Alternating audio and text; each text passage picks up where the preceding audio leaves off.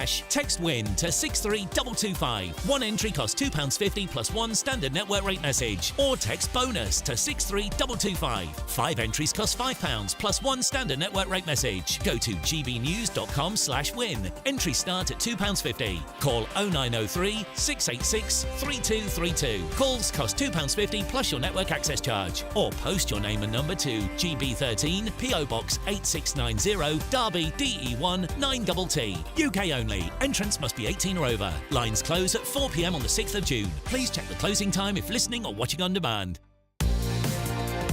Mornings don't have to be tiresome, especially if you have the right company. Wake up to news as it happens, opinion and debate, and of course, a little bit of entertainment too. Because when the kettle's on, we're on. That's Breakfast on GB News, a show worth waking up for. Every morning from 6 a.m. Only on the People's Channel, Britain's news channel. We'll spread the news, you spread the word.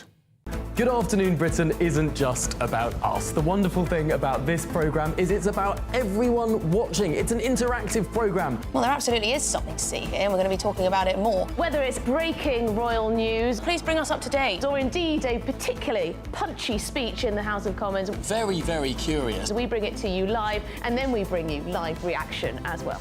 That's Good Afternoon Britain, weekdays from midday. Only on GB News, the People's Channel, Britain's news channel.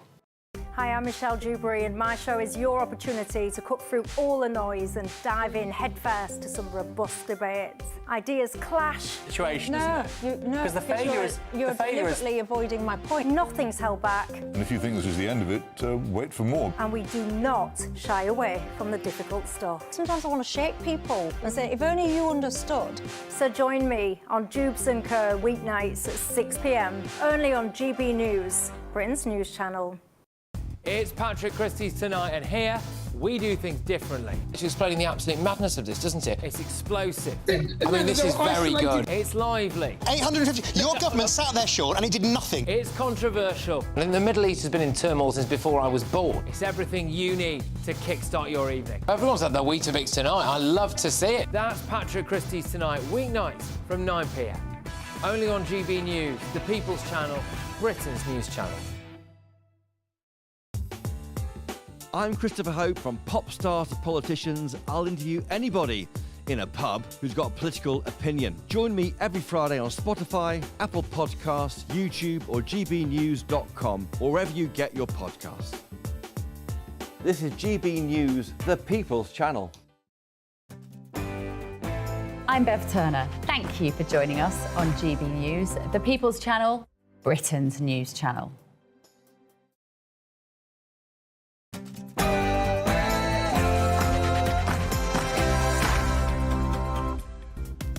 Thanks for joining us. It's 11 o'clock, which means it's time for tomorrow's newspapers tonight.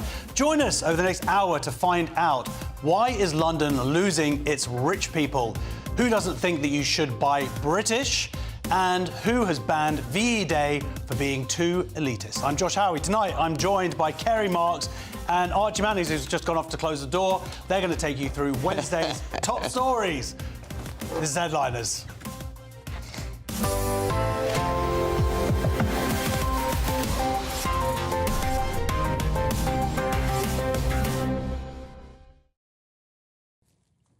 But before the best of tomorrow's news, let's go to tonight's headlines with Sam Francis.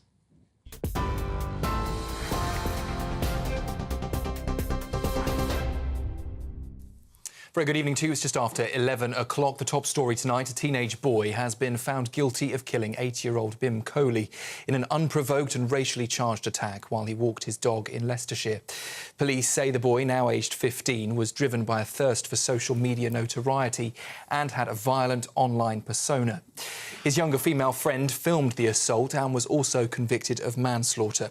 Detectives say the brutal and racist abuse has left the community traumatised. Mr Coley's loved ones say they have lost a much-loved pillar of their community. The government's been accused of watering down grooming gang inquiries despite announcing a new National Child Protection Authority. It's one of 20 key recommendations from the independent inquiry into child sexual abuse back in 2022. But there's anger that a promised timetable and 5 local reviews still haven't materialised. Jess Phillips says work to expand the authority will begin immediately, but critics say victims are being failed again. The Home Office has pledged new funding, though, tougher laws and a mandatory duty to report abuse. The number of migrants crossing the Channel has jumped 33%, with over 7,200 arrivals so far this year. People in life jackets were brought ashore by Border Force and lifeboats in Dover today. The Coast Guard says its aircraft and vessels coordinated the latest response. Eritreans now make up the largest group, making the journey 3 times more than last year. The Tories say the Labour government, though, has lost control of our borders, but ministers insist they are still cracking down on the smuggling gangs. Talks to end Birmingham's bin strike have been called productive, but no deal has been done so far. Claire Keogh said members were angry that Birmingham City Council had failed to surrender in the dispute. Unite members walked out last month, leaving rubbish piling up and prompting the council to declare a major incident. Health Secretary Wes Streeting says vermin are now crawling around the streets and the situation is totally unacceptable. He's urged the union to stop blocking bin lorries and let crews clean up. Negotiations between Unite and the City Council are expected to continue. The government says that nationalising British Steel is now on the table as fears grow that blast furnaces in Scunthorpe could run out of raw materials within days. The Chancellor has spoken to unions, saying she's aware of the industry's strategic importance and would step in if needed. Jinjai, the Chinese firm that owns the company, has rejected a £500 million support package and is losing £700,000 a day. The site supports almost 3,000 jobs, but with orders for iron ore cancelled, MPs say it's now a race against time. Joining the debate, Nigel Farage claiming there are 3 days to save British Steel and he wants it taken into public ownership. And the Royal Navy is preparing its biggest combat air deployment since the Falklands, with HMS Prince of Wales set to sail from Portsmouth in just 2 weeks' time. The 70,000-tonne carrier will lead a British strike group with up to 24 stealth jets, drones, helicopters and support vessels. The 8-month mission, Operation High Mast, will involve 4,000 military personnel and visit the Mediterranean, the Indian Ocean and the Indo-Pacific. It's even the first time that drones will operate at sea for the UK military, ferrying supplies between ships, and 12 other nations, including the United States, Canada and Norway, are backing the mission, seen as a show of global reach and deterrence. Those are the latest headlines for now. Plenty more still to come throughout the rest of this evening with headliners. Let's head back to Josh right now. For the very latest GB News direct to your smartphone, sign up to News Alerts by scanning the QR code or go to gbnews.com/alerts.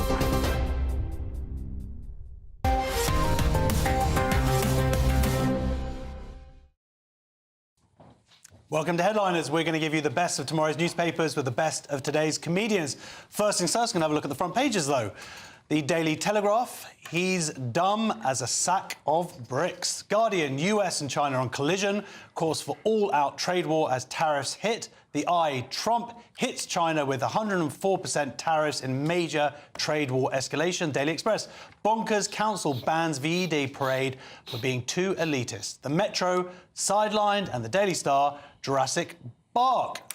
Gentlemen, hello. Hello. Lovely to see you both. First time you've both appeared together. Yes, first time we've been in this particular trio. Let's see how this experiment works out.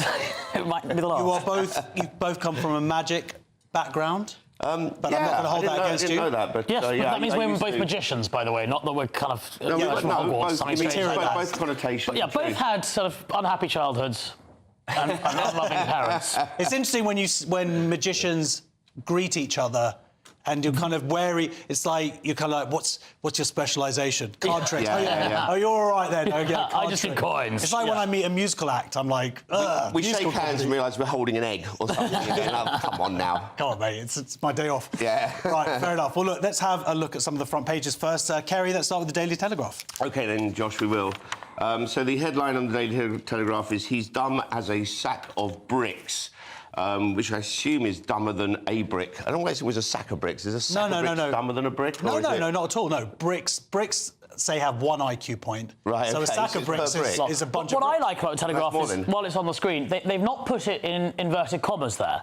So it's hard to tell whether, if you didn't know the story, whether Musk is saying that about Trump's advisor or whether the Telegraph is saying that about both of them or indeed just You think Musk. they're being a bit tricky? It also looks from the picture as if you've got Musk pointing at Navarro, and Navarro looks like he's shooting himself. You know, he's got he might well be doing that. They could be playing. You're saying that they're sort of playing some sort of gun game. You would. If you were the editor of a national newspaper, you'd have fun with those headlines and picture placements. I love it when they do that. You think it was deliberate? Of course, writing he's dumb as a sack of bricks there. It's entirely deliberate. I think they actually put a brick in his hand there. So it's Peter Navarro, who's the Trump's tariff guru, senior counsellor for trade, and Musk is basically calling what's happening really is the Trump and Musk bromance is sort of nearing a divorce. It feels like they're breaking up a little bit now, which is sad. Where it was at. Yeah. I'm sad. Are you sad? Yeah, I'm sad. I'm very sad. No, but it's a will they, won't they? It's like season 2 of Friends. Yeah, they get together. Now we want to see them split up, and then a really nice reuniting when Trump's off his third term. It was a break. It was a break. It was just a break. Yeah. It's like Molly May from Love Island. Sorry, that's probably too young for you, but it's a similar sort of principle. Please, for people that can't remember the Boer Archie, War. know our audience, OK? Is it like the Love Boat? Love Island. That's my time, my era. So really, it's all around all the tariffs and so on, and Musk is beginning to speak out about it and tweeting a little bit more about it now. But at the same time, we don't know what's going to happen. And also what's going on in America, I'm hearing, is that a lot of the MAGA people who are pro-Trump and pro-tariff are a little unhappy with the way this is all going as well, because it's all been a bit dramatic. Well, they've lost all their dosh. Well, there's that to it, yeah. But I think they wanted the tariffs. Musk has lost billions. Yes. Yeah, he loves losing billions. We've got quite a lot to lose. There's a lot. I'm hearing loads of discussion of all these experts on social media, like Musk is deliberately trying to crash the economy for this reason, that reason, so on. And I think it's true that to Trump, it's not really about the economics so much as the politics. There is that here. What I like about this story, Archie, is the way that the White House is presenting this is kind of like, look, this is what we're all about. We're all about openness, and we fight with each other, and we're buddies, and they're sort of saying, boys will be boys. Yeah, that was the White House press secretary, who's my age. Her husband is twice my age. And she said, oh, boys will be boys, and we're going to let them continue their fight out in the open, which is great. It's a great way of justifying really bad message discipline and really bad behaviour by going, it's normal for us, just go for it, lads. Boys will be boys. And they start punching each other as well. We love that. Yeah, we love that. Good. It's absolutely great. No, that's the point when you step in. Yeah. That's really, we'll see. Well, but there's the other story here, of course, in the Daily Telegraph. This one, not jovial. Forget the collapsing of the world economy, but this is closer to home. Labour drops plan for local grooming gang inquiries, and I think this is a scandal on top of a scandal. Well, I mean, they promised they were going to do it at the time, and then today, just before the Easter recess, Jess Phillips stands up in the House of Commons, sort of slipping it out at the very last minute, announcing there's going to be £5 million for some more locally led work, whatever that means, but delaying the inquiries that they promised. It strikes me that when it was good for them to have promised the inquiries, and when it was politically salient, they did it, and then just as they're hoping that no one's noticing, they are not doing it. But bad news, Jess, we're here. The headliners are here. We have noticed. Yes. We have noticed, but it's letting you off the hook, Jessica. They kind of went with doing a minimal thing about it in the first place anyway. It was going to be far less than people were asking for. And now, of course, it's what we always see in politics, is the use of distraction. There's so many distractions going on with everything, with the trade and with wars and so on, that they're kind of like hoping this. I mean, I'm surprised it even made a front cover. And they should employ us, because it's misdirection. That's what we're good at. We're good at misdirection. We notice it. We know exactly what they're up to. Trade war, rape inquiry. Yeah. Yeah, it's disgusting. I think, as you say, because first of all, they didn't do what's necessary in the first place, which is to have a proper national inquiry, and they try and pretend that the one they had a few years ago was that, but it wasn't. A tiny part of it focused on one town. It didn't focus on this actual rape gang scandal. And to then sort of split it up into just 5 of the towns. They're not going to be learning the lessons that they need. It's pitiful, but now to sort of pretend that now the furore has died down. It was all after Christmas, and it was this station partly that brought it to attention. Sure. There's also been no closure for victims who are hoping to get something out of this, and also all the people, police forces, social people, and so on, workers who kept all this quiet at the time. So, that's the main point. It will remain quiet and it will remain shoved under a carpet. Some people would say this is Labour protecting itself by not doing an inquiry, whether it's Labour politicians at the time who were responsible. I'm not saying even directly responsible, although there have been instances of police and local councillors who turned a blind eye. But there's also the population's breakdown of constituencies, and so if they're protecting because Labour says, we want to sort of get the light away from the Pakistani rape gangs here. So it feeds into conspiracy, is what I'm saying. And I'm not saying it makes for a more febrile atmosphere. Yes. If you don't get, sunlight is the best disinfectant, and I suspect Charlie Peters of this parish will continue the work he's doing, and the story's going away no time soon. Yes, exactly. Well, look, let's go on to the Times. We're not going to mention the scientist found in a suitcase. No.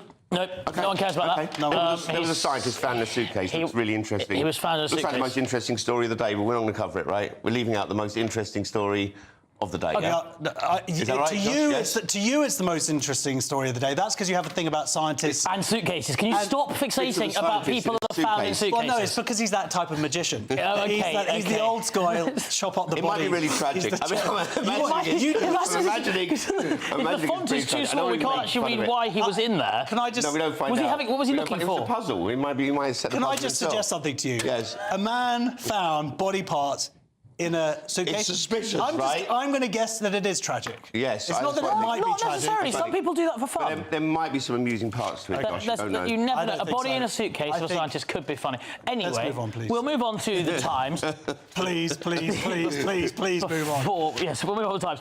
The Times is reporting, their headline tomorrow is that London drops down wealth list as the super rich move out. Did you move out? I'm still here. I wrote that on there. I knew one of you was going to make that silly little joke. I'm going to get attacked. I'm not super rich. I'm just rich. London is no longer one of the top 5 wealthiest cities in the world, and it now has it's losing a higher proportion of millionaires than anywhere other than Moscow, for obvious reasons. Because if you're a millionaire in Moscow, you end up like the scientist in a suitcase.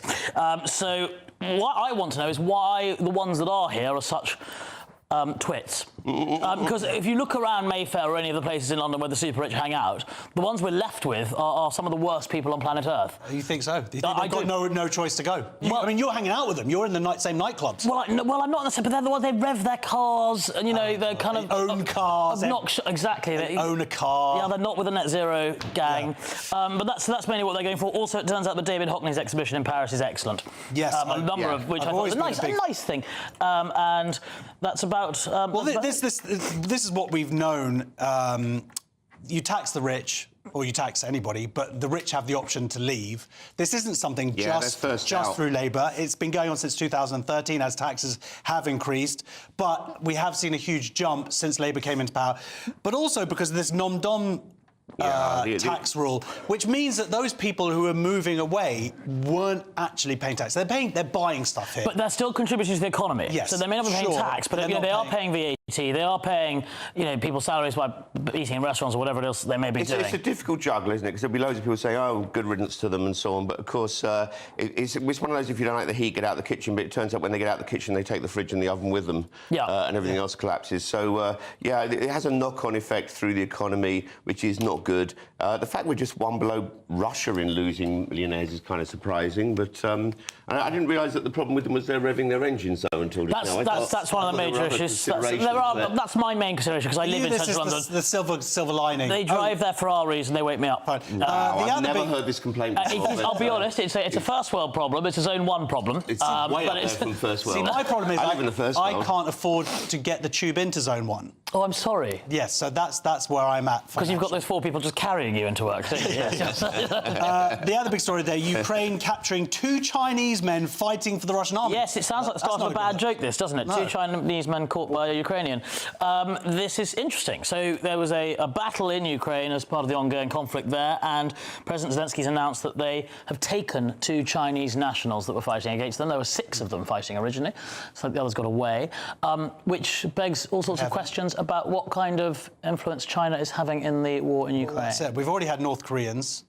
We knew about them. We knew about the North Koreans. They were lent. To be honest, I thought they were just being a bit racist. I thought they captured a couple of North Koreans. They're like, we've got Chinese people, but it turns out these are Chinese people. They had their passports, they had their credit cards on them, and various. Well, it looks like the story has stumped up in the last few hours. Actually, 'cause when I was hearing it earlier on the radio on the way here, and it was no one was sure what they were, whether they were mercenary citizens of Russia, which they could have been, of course, people who just took a wrong turn at some point. Well, they could have been perfectly innocent. They could have been trying to go and visit Bicester Village and just got lost. You know, it's in their fatigue. The sign saying China that way was written in Russian. It's interesting though. One of the Chinese prisoners who gave himself up claims he was mistreated by Russians when he was in the trench. And quote, this is from the Ukrainian that caught him. The Russians had effed him up and didn't even let him eat, so he gave up himself That's food. not good. Yeah. Look, we have plenty more front pages, but let's have a look at one of the stories that's inside the newspaper. Kerry, The Guardian has Rachel Reeves not wanting people to buy The Guardian. Technically. Nice interpretation, yes, I suppose so. Reeves rejects calls for Buy British campaign in response to US tariffs. Now, the actual calls, there's only one mentioned here, which is Lib Dem Deputy Leader and Treasury spokesperson Daisy Cooper, who called for a commitment to buy British. So I don't think she's ignored calls. She's more a call, a call. A whimper. Yeah, a whimper, yeah. A Lib Dem whimper. Yeah. Unless she repeated herself. Maybe it was calls. Maybe she said it 3 times, you know.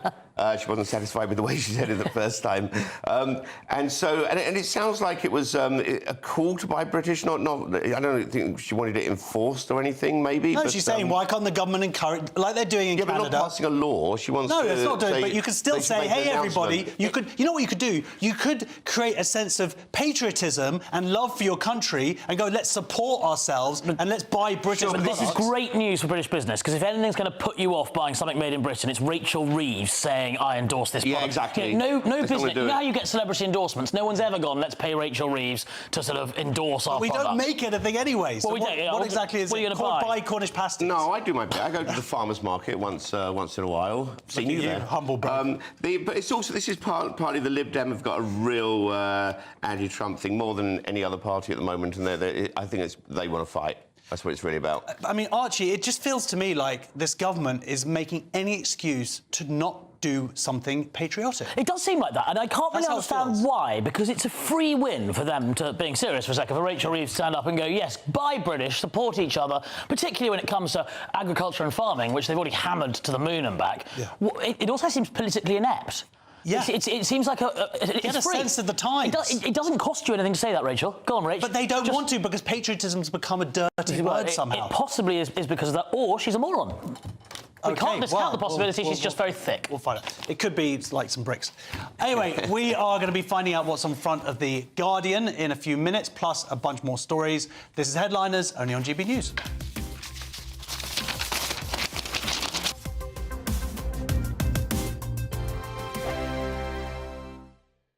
We're proud to be GB News, the People's Channel, and as you know, we always love to hear your views. Now, there's a new way of getting in touch with us at gbnews.com/yoursay. By commenting, you can be part of a live conversation and join our GB News community. You can even talk to me, Bev Turner, or any of the members of the GB News family. GB News Breakfast, every day from 6 a.m. Do you know that Gladiators is the TV show most likely to get you thinking about moving, about exercising? Well, who better to talk to us about than Gladiator and Olympian Montel Douglas? Good to see you this morning, Montel. What way does Gladiators work in getting people to move? I think Gladiators spans all generations, which is one of the things that I love the most. You know, we have everyone from 2-year-olds doing our moves and feeling like superhuman, all the way up to, 90s, 100, people saying that they're really inspired to start moving, to start thinking differently about their health in a range of different things, but also just to think that, why can't I do it? And everyone's got a story, everyone's journey, their strength journey is very, very different. Mine's been very different, like I said, from summer to winter into Gladiators. Even that was a massive shift. So I think it's just inspiring people to think that they can do it. Montel, what if I just hit upon that area about can't do? I'm in a position where I can't do a lot of things now. I regard watching Country File on a Sunday night as huge exercise for me. What if you just believe you can't do anything? I'm really sad that you said that, Eamon. You can do whatever you're... the thing is, as well, if you think you can or you think you can't, you're usually right. And I always say, try. I think many of us, the first time I climbed up of a wall doing Gladiators, I'm petrified of heights, and people know that. And you will never know that now because I went on there and, I got frightened, I was brave, and then kept on doing it. And I think the hardest thing is to start. And what I hope is that, we're inspiring people to start something that they never thought, because you don't know until you try. And then also, it doesn't matter what it is. As long as you just make that first move, you can get better. And then you'll feel braver when you do it. GB News, the People's Channel. If you want your news to be straight talking... This is the nightmare for the Conservatives again. Down to earth. It's not just Nottingham where this is happening, is it? And most importantly, honest. Hard-working, middle-class taxpayers, they'll get their book thrown at them. Then catch me, Martin Daubney, Monday to Friday, 3 till 6 p.m. on GB News, Britain's news channel. In the GB newsroom, we bring you the news as it happens. With our team of dedicated journalists across the UK, we're ready to keep you up to date with what's happening every half an hour, every single day. Bulletins here on GB News, the People's Channel, Britain's news channel.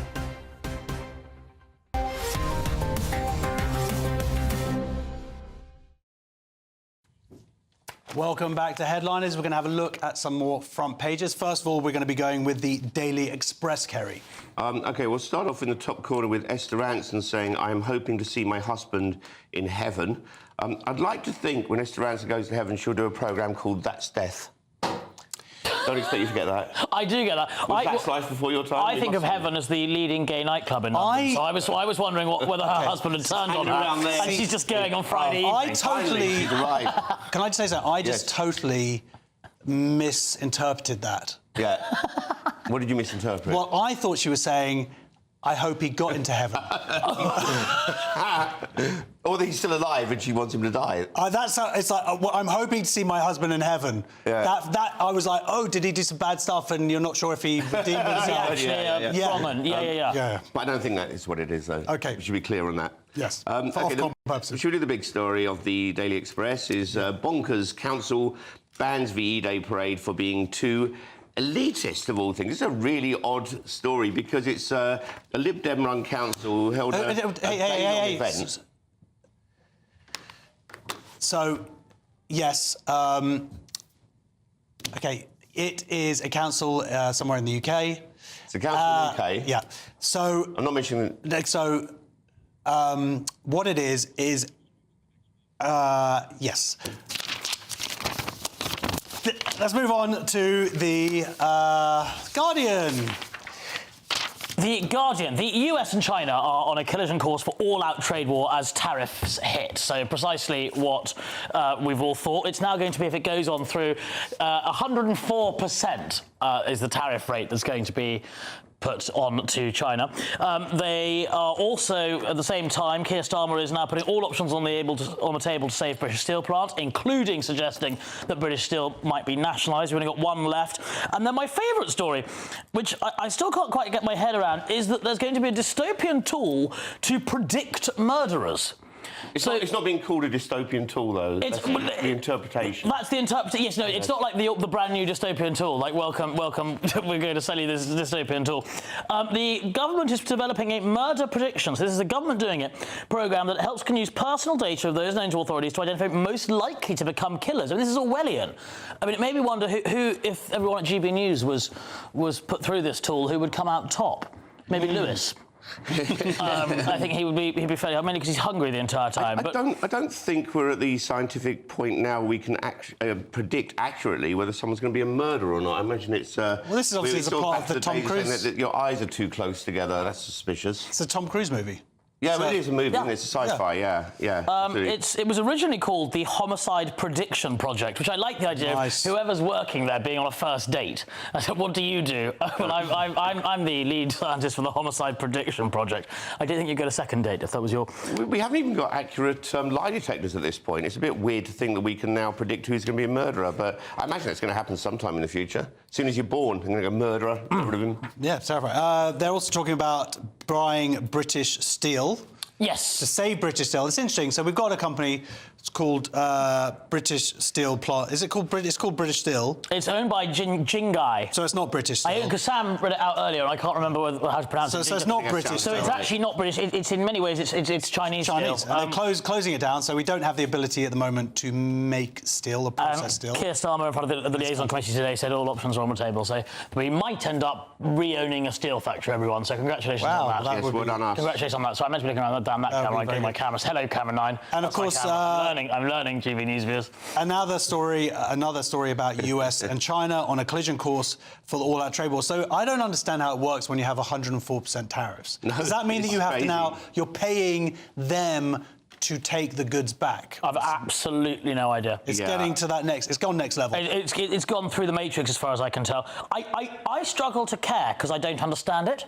Well, I struggle to care because I've got no money. Yeah, I was going to say, this only affects you if you're loaded. Yeah. So maybe, Trump's not looking like he's going to back down on it, and China is going for the trade war and trying to threaten him back with tariffs. He's threatening them with bigger tariffs, and nothing's going to be resolved. And the stock market's declined again. They sort of rallied a little bit today where it seemed like things were moving towards some kind of deal, and now it's not, and then they went... OK, let's move on to some stories inside the newspapers. The Kerry, we have the Times, and West Streeting is kicking up a stink. You just called me the Kerry. I like that. Yeah, the Kerry. West Streeting attacks Unite for blocking Birmingham bin lorries. So this is the... West Streeting is heading to get a reputation for being sensible in the Labour Party, but the bins, the piles of rubbish are building up there. Some of the piles of rubbish are so big they've got their own postcodes.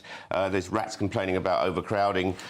It's not looking good, and basically the Labour government are now looking like they're taking on a union, which is interesting because they first came in by throwing everything out at the unions. So, you know, I don't know. I think strikes and protests that's a British way. It's all fair and good, but there's some points where it goes too far, and this might be one of them. Well, yeah, I mean, meanwhile, as we were hearing on Patrick's show, that Tahir Ali, the local MP, is waffling on the House of Commons about building an airport in Pakistan.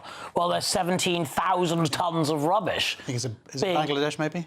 Maybe it's Bangladesh. I'm not sure. Oh, well, I don't know. No, I don't know. I think it's Bangladesh, but I'm just saying I watch Patrick's show closer than you do. That's what I'm saying. Because Patrick's watching it now. I just want to say, Patrick, I did actually watch your show. Okay. But yes, I don't understand why it's hard to collect the bins. What's going on here? Like, mad. Essentially, they had to change how much people are getting paid for the same job they had, and now that's cost them millions to make up this backlog of money that people were paid. They're going to have to change the rules on how people are paid. And there's no choice really in the matter. It's somewhat ironic that Unite are going on about this. There's been a lot of, how should we say, investigations about how they spent 120 million on a hotel that's only worth about 20 million. That's just outside of Birmingham. Of course, what the solution is that they should take all the rubbish to this hotel. Right, yes. Yeah. That might. But that is 17,000 tonnes of rubbish. That's an awful lot of rubbish. That's a lot of rubbish. That's a massive amount of rubbish. I wonder if there's any value to this rubbish. Yeah. I mean, because I wonder if maybe we should go and collect some of it. Something might be useful. There's more Telegraph Archie, or I'll just call you the Archie. Yes. And has this trans woman potted the black? Well, I'm going to tread very carefully here, because my friend Tom Harwood has got into all sorts of rows over this. I know you're friends with Tom. Well, I'm friends with Tom. Everyone's friends with Tom. OK. Can't not be friends with Tom. Who's Tom? Tom Harwood. Tom Harwood. He does lunchtime shows here. Yeah. OK. 12 o'clock with Emily, with Patrick. Kerry doesn't wake up until... I don't wake up in that time of day, I'm afraid. Really rubbish I'm an GB News afternoon evening guy. Anyway. Evening, really. The Telegraph. Transgender pool player Harriet Haynes is suing the governing body over ban. So this is the news that a woman who was born a man I'm choosing again, treading very carefully here.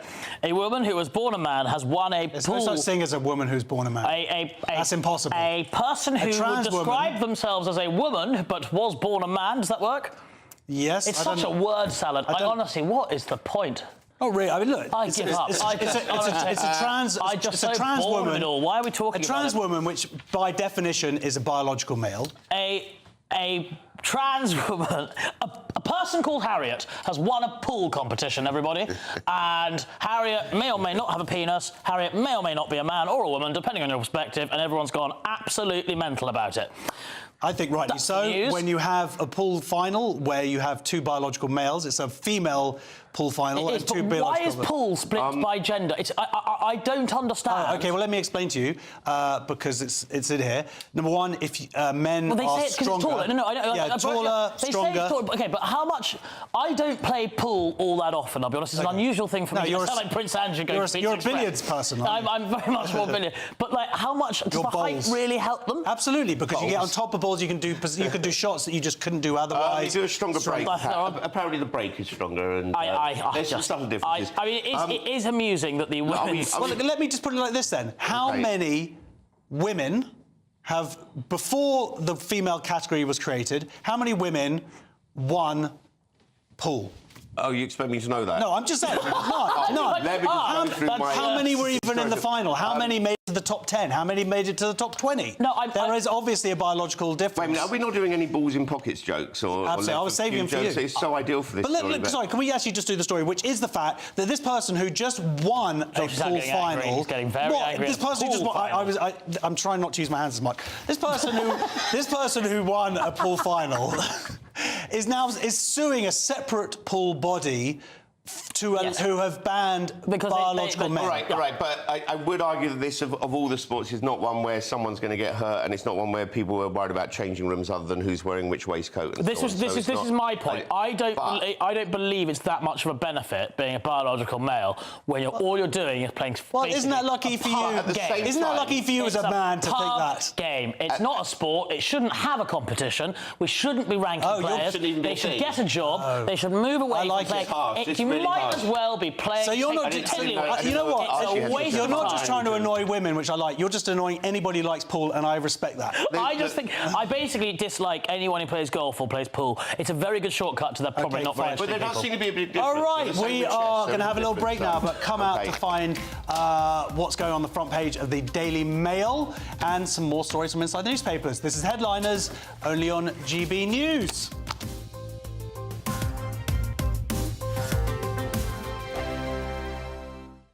The royal family is an enduring symbol of tradition, unity and pride for Britain. At GB News, we celebrate what makes this country great. In our new Royal Newsletter series, you can join me, Cameron Walker, for Inside the Palace, an exclusive look every week that takes you beyond the gates and brings you the very latest from those at the heart of the monarchy. Never miss a royal moment again. Sign up now. Go to gbnews.com/royal newsletter and get the latest straight to your inbox. Join me, Nana Akwe, for an informative, interactive news programme with a difference. It's fun. No, he didn't say that, though. I'm so surprised. I think there's an element of truth to that. Join me from 3 p.m. every weekend, only on GB News, Britain's news channel. Westminster, the ultimate clique. And you're fighting like rats in a sack. But here on the Camilla Tominey Show, we ask the questions the establishment media is too scared to ask. OK, let me ask you a straight question, because I know you're a straight-talking politician. Whether it's net zero, illegal immigration or law and order, nothing is off-limits. You had the power then. Yeah, as I and said, now you've lost it. That's the Camilla Tominey Show, a politics show that's fearless. But no, let me finish my question if you don't mind, because it is my show. Sundays at 9:30, only on GB News, the People's Channel, Britain's news channel.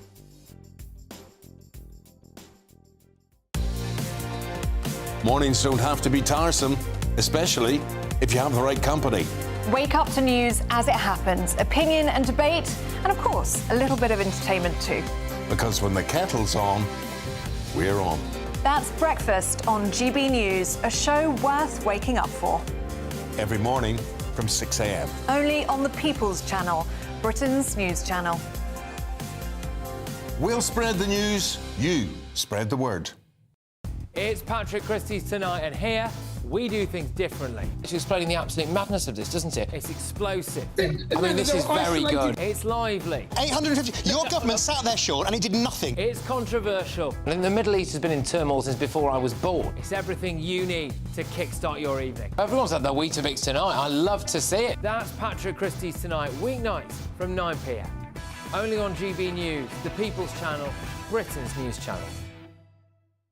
Good Afternoon Britain isn't just about us. The wonderful thing about this programme is it's about everyone watching. It's an interactive programme. Well, there absolutely is something to see here, and we're going to be talking about it more. Whether it's breaking royal news, please bring us up to date, or indeed a particularly punchy speech in the House of Commons. Very, very curious. We bring it to you live, and then we bring you live reaction as well. That's Good Afternoon Britain, weekdays from midday. Only on GB News, the People's Channel, Britain's news channel.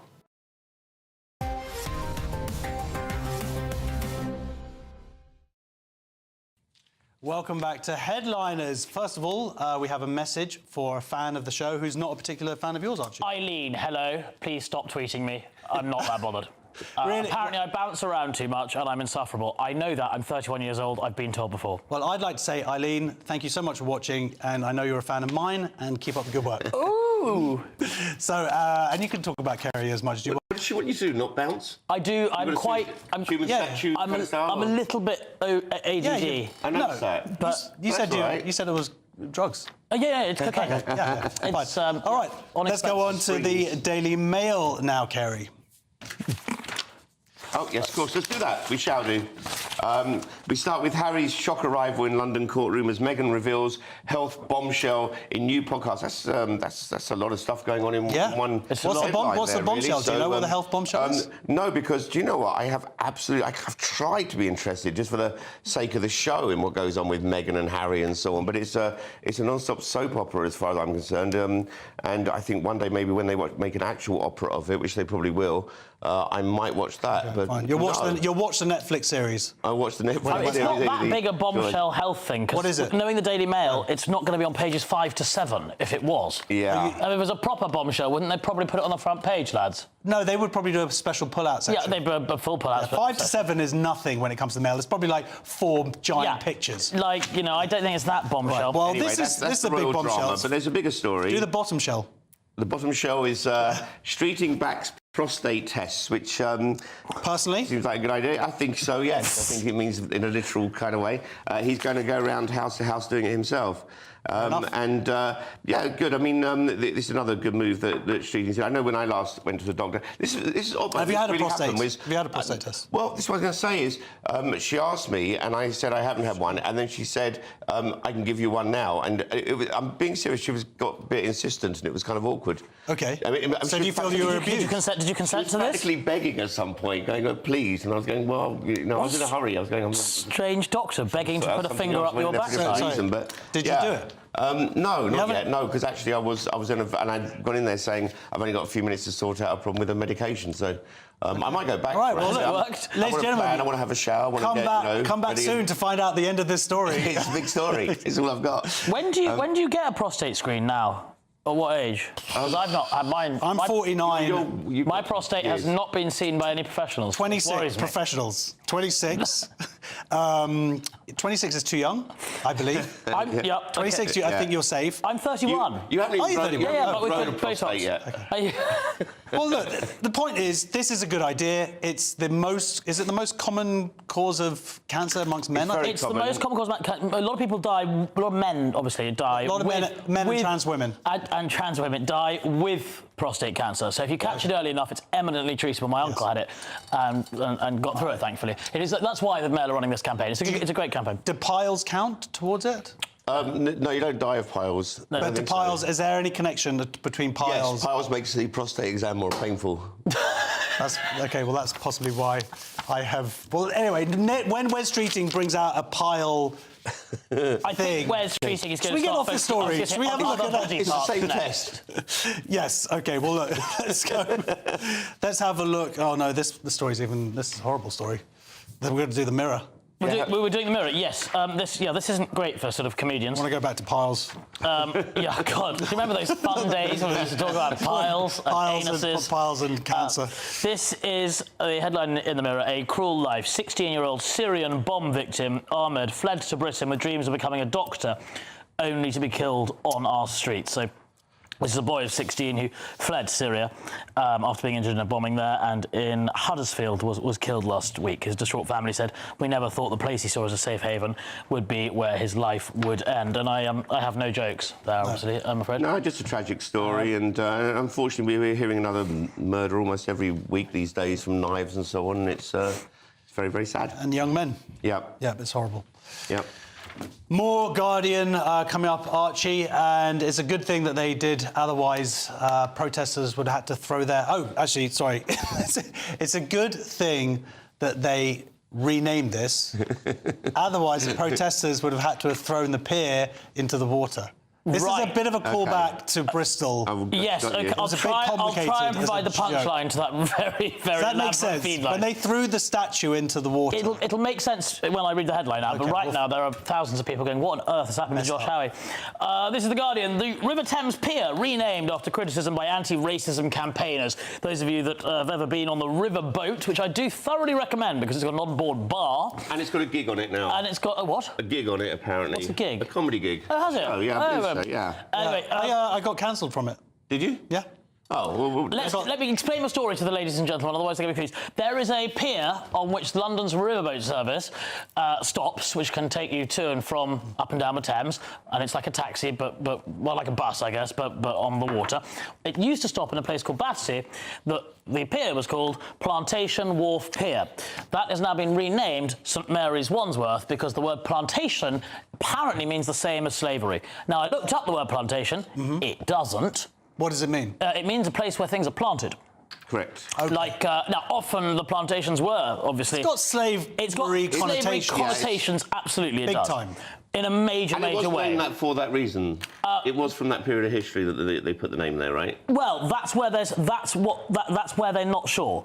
So it was partly because of the nearby housing development was called Plantation Wharf, was the plantation. They're not changing their name because it's owned by 1,000 leaseholders yet. They may be consulting, but they're still unclear as to whether that was where that name came from. Right. Yeah. I'd say this doesn't go into the same category as getting rid of statues, which I always think is sort of deliberate changing of history. This is whether people want to live in an area that's named after the plantations and so on. And we do change names all the time. You know, Threadneedle Street used to be called Grope Seaward Lane, which I'm not allowed to say. No, I definitely wouldn't say that. Did you know that, though? No, I didn't. There's actually quite a few roads in the UK called Grope Seaward Lane for the reasons that you might think as well. So, yeah, we change things all the time. But I find it odd that the housing estate are saying it's too expensive to change their name. No, because they have to pay for it. That's the point. Yeah, but they would have to pay for it at a time. Change the letterheads first. I think that all the people who live in the plantation estate should get it changed. I agree. They obviously love slavery. Inspector Gadget failure in The Guardian, Kerry. I mean, if they're not going to pay the money to get rid of their slavery name... yes. This is an odd and quite amusing little story, really. That's strange on headline as a comedy newspaper review show, that there would be an odd, amusing story. Well, it doesn't always happen, does it? I try my best. Accused of weighing down laptop keys to pretend to work at home. This is brilliant. Genius. Yeah, absolutely brilliant. You'd think they'd have been able to tell from the lack of work he was handing in that he wasn't actually doing any work, but apparently they were convinced solely because by pressing down, you'll know more about this than I will, but pressing down a key means they are seeing him working. So a lot of companies now, when people are working from home, have got software on their employees' laptops and computers that are monitoring whether the people are on the laptops, so wiggling the mouse or that kind of thing. Yeah. So zooming in. So, yeah, zooming in. So she's... It's like when you're waiting for a text message, you can see someone's writing something. Yes, it's exactly like that. So on the laptop, on the computer, you know, the thing where you do the email. If you see the thing flashing, you know they're writing an email or a message to you, and then it takes a lot. The longer it takes, the bigger and better the message you're expecting to turn up at the end, right? Yes, and then you just get a thumbs up emoji because someone's just... Hello, and you go, you didn't take an hour. Do you know how they were caught? Because this is the police. They wrote a report in, and it said the suspect in this case is Mr. Speed. They were just pressing an I. But I would like to say to DC Philippa Basquill, well done. It's a brilliant technique. Others will learn from it. Yeah. I think I'm kind of confused as to why a police officer was working from home to begin with, but that's a separate conversation. That's a separate thing. And before we go to the break, I would like to say that I think this is a good sign. You want police officers who think like criminals. Yes. You want them thinking... they got caught. Working the angle. Okay. But there's another one here who did it with his watch. Okay, He used his watch to send a message. Coming up, we're going to be finding out the front page of The Sun. This is Headliners, only on GB News. It looks like that.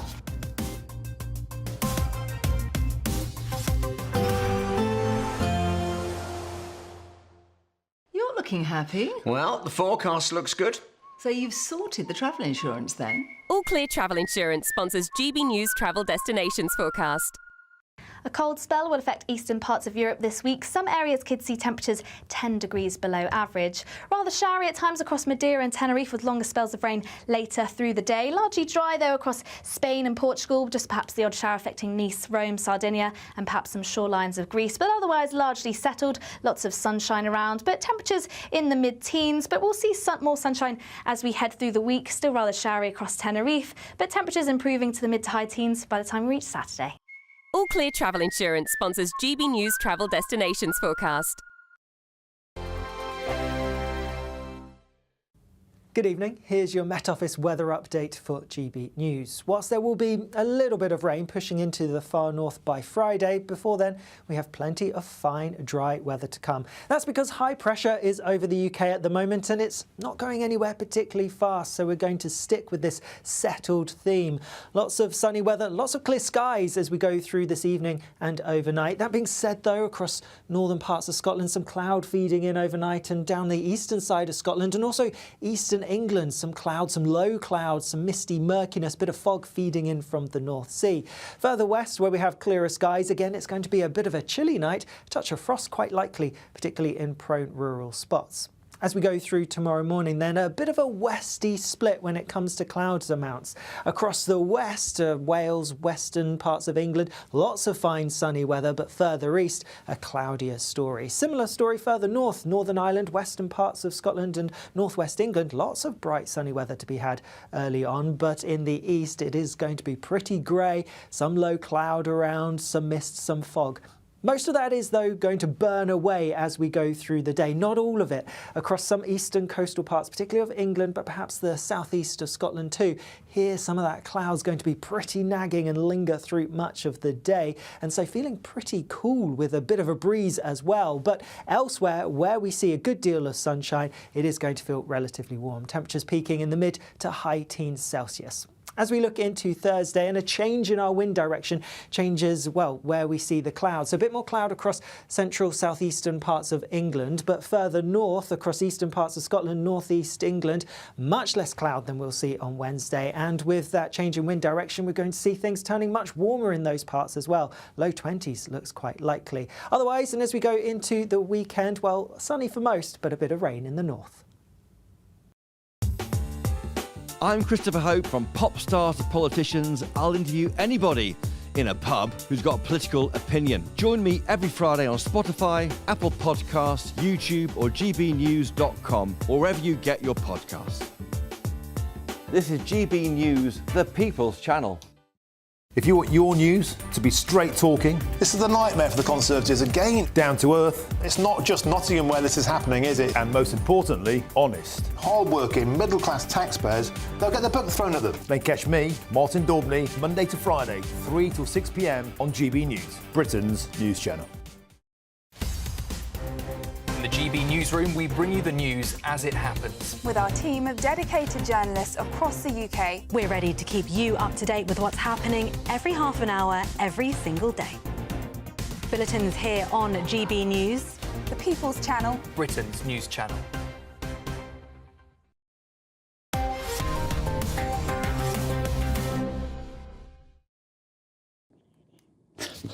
Oh, sorry, during the break they were talking about magic. So, welcome back to Headliners. Let's do the final front pages. Let's go to The Sun.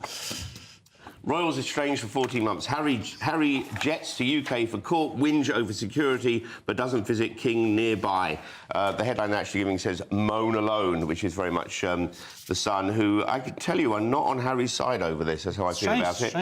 So he's really in court over wanting his security arrangements sorted out. And it didn't occur to him that going to see Daddy would be a good move. No, it didn't. That's really I'm more interested in the Mickey Rourke. He's in doing Celebrity Big Brother. I'm kind of excited about that. I'm a big fan of Mickey Rourke. With Michael Fabricant. Not so bothered. Is he like Michael Fabricant, your spirit guy? I would love the to spirit animal. One day I could see you morphing into him. He admitted in last night's show that he's polyamorous, so there's hope for anyone out there. We used to have different words for that. Yes, let's go to the Daily Star. The Star is Jurassic Bark. This is the news that scientists have brought back dire wolves, extinct for over 10,000 years, are now back to life. Why they have done it with wolves, which I think are pretty unpleasant animals, and not with something good like a dinosaur, I don't know. Mammoth. But dire wolves, they're so dire. They're doing this, and then next up on the menu is the woolly mammoth. Woolly mammoth is returning, so that's exciting. How did they return? Did they just sort of climb out of the bins in Birmingham? When things are slowly coming alive again from... But all these animals that we worry about, they're going to go extinct. I'm sure it's... You know what? It's going to end well. So throw your plastic into the ocean. End really well. They look cute, but don't trust anything called Archie, and I guess this comes down to what they're wearing when they do CPR. So this is the news, and it makes total sense, this, to anyone who's into these sort of things. Yeah. Miss England axes outdated bikini round as women judged on CPR skills instead, which I think is inappropriate because doesn't CPR involve actually putting your tongue down someone else's throat? It seems to me this is in many ways... And pressing their chest. And pressing their chest. It's much more sexualised. And also, imagine not winning. Imagine being not good at a CPR round. It's like, the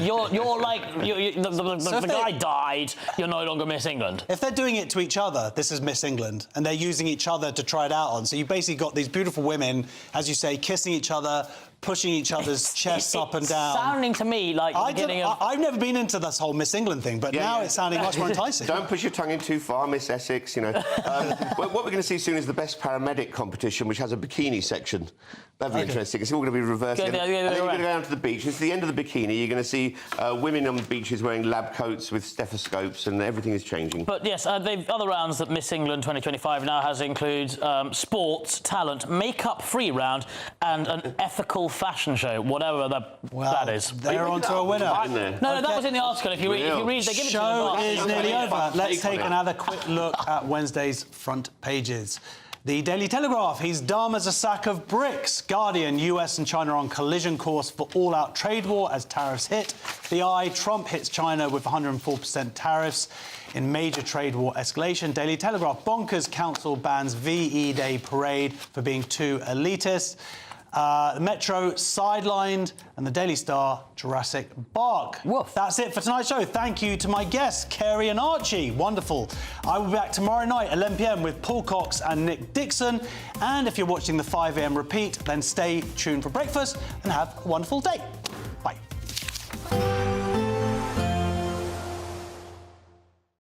Expect a warm front, moving from the kitchen right through to the rest of the house.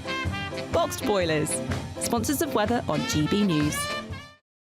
Good evening. Here's your Met Office weather update for GB News. Whilst there will be a little bit of rain pushing into the far north by Friday, before then we have plenty of fine, dry weather to come. That's because high pressure is over the UK at the moment and it's not going anywhere particularly fast, so we're going to stick with this settled theme. Lots of sunny weather, lots of clear skies as we go through this evening and overnight. That being said, though, across northern parts of Scotland, some cloud feeding in overnight, and down the eastern side of Scotland and also eastern England, some clouds, some low clouds, some misty murkiness, bit of fog feeding in from the North Sea. Further west, where we have clearer skies, again, it's going to be a bit of a chilly night, a touch of frost quite likely, particularly in prone rural spots. As we go through tomorrow morning, then a bit of a westy split when it comes to clouds amounts. Across the west, Wales, western parts of England, lots of fine sunny weather, but further east, a cloudier story. Similar story further north, Northern Ireland, western parts of Scotland and northwest England, lots of bright sunny weather to be had early on, but in the east it is going to be pretty grey, some low cloud around, some mist, some fog. Most of that is, though, going to burn away as we go through the day. Not all of it. Across some eastern coastal parts, particularly of England, but perhaps the southeast of Scotland too. Here, some of that cloud's going to be pretty nagging and linger through much of the day. And so feeling pretty cool with a bit of a breeze as well. But elsewhere, where we see a good deal of sunshine, it is going to feel relatively warm. Temperatures peaking in the mid to high teens Celsius. As we look into Thursday, and a change in our wind direction changes, well, where we see the clouds. So a bit more cloud across central southeastern parts of England, but further north across eastern parts of Scotland, northeast England, much less cloud than we'll see on Wednesday. And with that change in wind direction, we're going to see things turning much warmer in those parts as well. Low 20s looks quite likely. Otherwise, and as we go into the weekend, well, sunny for most, but a bit of rain in the north. Expect a warm front moving from the kitchen right through to the rest of the house. Boxed Boilers, sponsors of weather on GB News. Courtesy of Marquis Leisure, you could be driving away with this brand new Elnag Baron 560 motorhome. It comfortably sleeps 4, comes with sky roof, integrated kitchen and bathroom, and is worth over £67,000. And that's not all, as we'll also give you a further £5,000 in tax-free cash to make sure that wherever this motorhome takes you, it takes you there in style. For a chance to win a motorhome and cash, text WIN to 63225. One entry costs £2.50 plus one standard network rate message, or text BONUS to 63225. 5 entries cost £5 plus one standard network rate message. Go to gbnews.com/win. Entries start at £2.50. Call 0903 686 3232. Calls cost £2.50 plus your network access charge. Or post your name and number to GB13 PO Box 8690 Derby DE1 9TT. UK only. Entrance must be 18 or over. Lines close at 4 p.m. on the 6th of June. Please check the closing time if listening or watching on demand. Exciting news. Every Friday, my Patrick Christie's Tonight Show is going to have a twist to it. We're welcoming some special guests. You. That's right, on Fridays I'm going to be doing my show in front of a live studio audience, because this show is about you and what you have to say. It's going to be the same big debates, same big topics, same bigger...